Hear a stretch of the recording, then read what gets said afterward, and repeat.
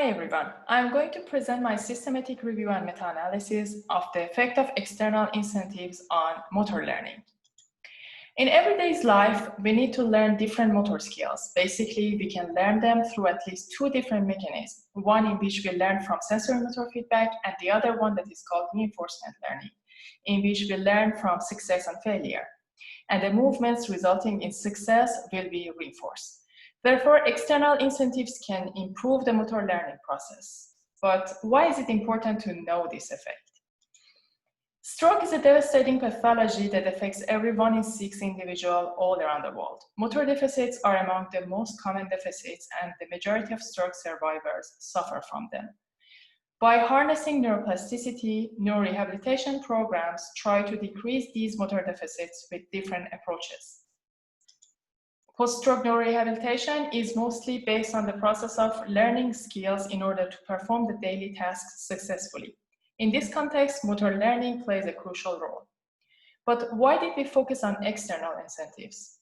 New approaches such as brain stimulation techniques or training with robotic devices have not really led to better results compared to the conventional programs. Also, we believe that before engaging with sophisticated and complex approaches, it may be useful to take a step back and ask if simpler mechanisms might be harnessed. One route suggested by fundamental research on learning mechanisms is the use of incentives. There is an emerging literature on a mechanism by which incentive influence motor learning. Therefore, we asked two questions. First, to which extent does providing incentive improve motor learning? The second, does presenting incentive have a global effect or a process-specific effect? We use this strategy, search strategy in Medline, Embase, PsycInfo, and biases to find the relevant original researchers. And after all screening, we included 16 original studies in healthy adults and 1 study in stroke patients. And here's our results.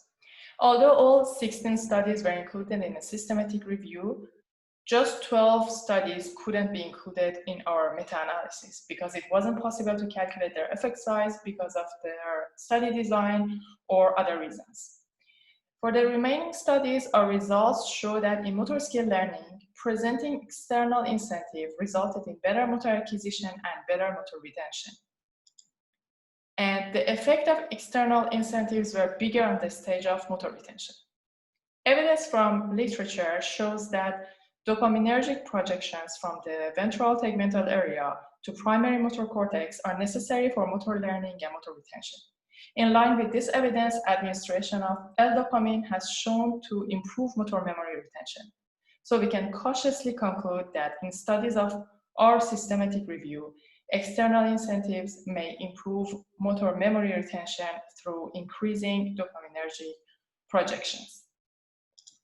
In studies with motor adaptation learning, external incentives had bigger effect on the adaptation phase, but smaller effect in the retention. In the primary understanding of motor adaptation, error reduction was assumed to rely on a single cerebrum-dependent mechanism that wouldn't be affected by motivational feedback.